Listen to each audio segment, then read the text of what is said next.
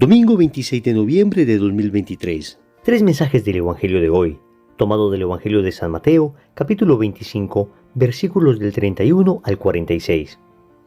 En aquel tiempo, dijo Jesús a sus discípulos: Cuando venga en su gloria el Hijo del Hombre, y todos los ángeles con él, se sentará en el trono de su gloria, y serán reunidas ante él todas las naciones.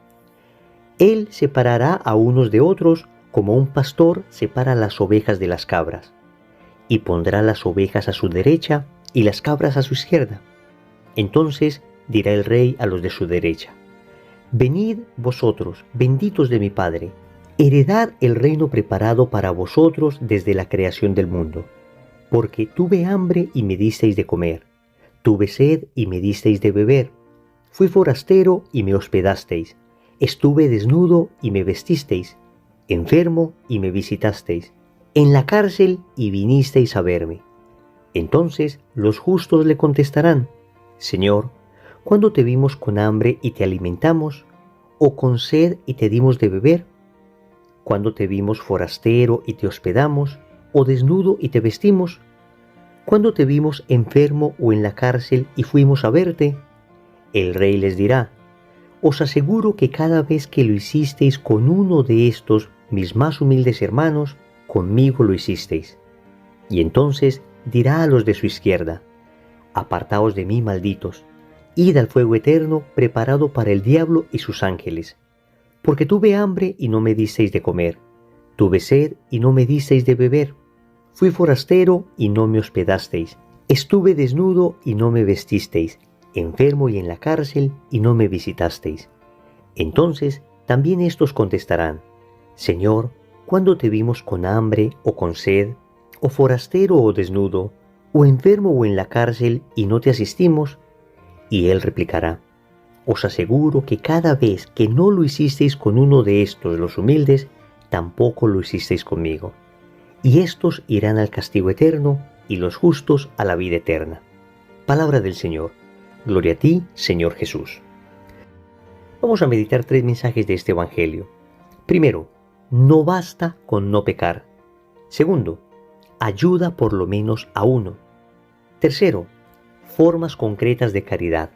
Vamos con el primer punto. No basta con no pecar. Familia, es increíble lo que Jesús dice a los que se encuentran a su izquierda. Tuve hambre, tuve sed, estuve desnudo, estuve necesitado y no me asistieron. Y ellos le contestaron: Señor, ¿cuándo te vimos con hambre o con sed, o forastero o desnudo, o enfermo o en la cárcel y no te asistimos? Queridos amigos, estas personas le están diciendo a Jesús: Señor. Es decir, están reconociéndolo como el Señor, por consiguiente algo de fe tienen. Y sin embargo, el Señor les está exhortando porque no hicieron el bien. Noten que la reprensión que Jesús lanza contra ellos no es propiamente por cometer pecados. El Señor no les dice: apartaos de mí porque mataron, porque robaron, porque mintieron, porque fornicaron. No, el Señor está yendo más allá. El Señor les está exhortando porque no hicieron el bien. Y es que es importante entender estas dos dimensiones de la vida espiritual, estas dos dimensiones del camino espiritual. Hay un primer momento de la vida espiritual que algunos teólogos de la vida espiritual han llamado la ascética, que consiste en la renuncia al mal. Es necesario este primer paso y consiste fundamentalmente en cumplir los mandamientos. Consiste fundamentalmente en renunciar al pecado. En la primera lectura de hoy tenemos los 10 mandamientos. Sin embargo, no basta quedarnos allí, porque después de la ascética, de la renuncia al pecado, viene un segundo momento espiritual que se conoce como la mística, es decir, el ejercicio de la caridad, unirnos a Cristo a través del amor, y muy concretamente a través del amor al prójimo. Entonces la vida espiritual no se puede reducir simplemente a no pecar, y muchos de nosotros tenemos esa tentación de pensar que estoy caminando bien espiritualmente porque no peco. Repito, es indispensable este primer paso. Buscar definitivamente huir del estado de pecado, estar habitualmente en gracia de Dios. Pero no es suficiente con eso. Además debo crecer en virtud, debo practicar las virtudes, debo asemejarme a Cristo, debo unirme al Señor y fundamentalmente hacerlo a través del ejercicio de la caridad. Entonces, no basta con no pecar, es absolutamente indispensable amar. Y en el Nuevo Testamento, el tema de la salvación aparece muy vinculado fundamentalmente a la fe y a la caridad. Recordemos cuando el evangelista San Juan dice en su Evangelio, capítulo 3, versículo 16, porque tanto amó Dios al mundo que entregó a su Hijo único para que todo el que crea en Él no perezca, sino que tenga vida eterna. Este es el corazón, el resumen de todo el Evangelio. Acá San Juan nos habla de la necesidad de la fe para salvarnos. El que cree en Jesús se salva. Pero no basta una fe sin obras. Dirá el apóstol Santiago que una fe sin obras es una fe muerta. Por eso a la fe hay que unirle la caridad. Y hoy en el Evangelio el Señor nos está mostrando que el juicio final ciertamente se hará en términos de fe, pero también en términos de caridad. Es necesario ejercitar la caridad. Y eso nos lleva a un segundo punto. Ayuda por lo menos a uno. Y esto es lo que Jesús respondió a aquellos que estaban a su derecha cuando ellos le preguntaron: ¿cuándo hicimos todo esto contigo que no nos dimos cuenta? Jesús les dice: os aseguro que cada vez que lo hicisteis con uno de estos, mis humildes hermanos, conmigo lo hicisteis. Yo sé que en muchas ocasiones nos sentimos abrumados, sobrepasados por la situación de enfermedad, de hambre, de pobreza, por la situación del dolor del mundo en general. Y a veces nos sentimos incapaces de ayudar a tanta gente. Pero lo que hoy el Señor está diciendo es que tal vez no te está llamando a ayudar a todo el mundo. Algunos pocos tendrán esa extraordinaria misión de levantar obras que ayudan a muchísimas personas. Pero la inmensa mayoría de nosotros, cristianos de a pie, tal vez podemos ayudar simplemente a uno. Y eso es lo que está diciendo el Señor. Cuando ayudasteis a uno de estos, los más humildes, a uno de estos, los más pequeños, dirá otra traducción, me ayudaste a mí. Lo que el Señor nos está diciendo hoy es: oye, no te angusties porque no los puedes ayudar a todos, pero por lo menos a uno sí puedes ayudar. Por lo menos a esa persona que te extiende la mano pidiendo un pedazo de pan.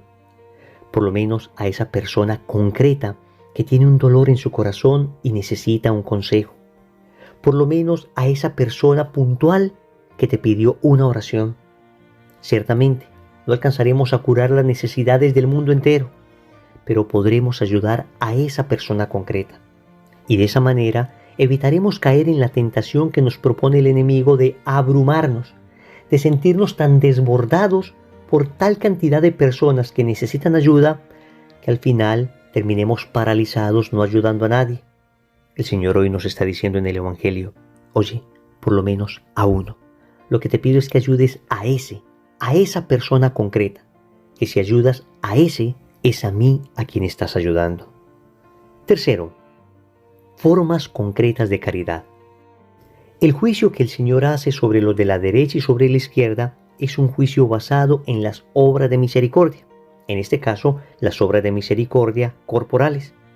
Dar de comer al hambriento, dar de beber al sediento, dar posada al necesitado, vestir al desnudo, visitar al enfermo, socorrer a los presos.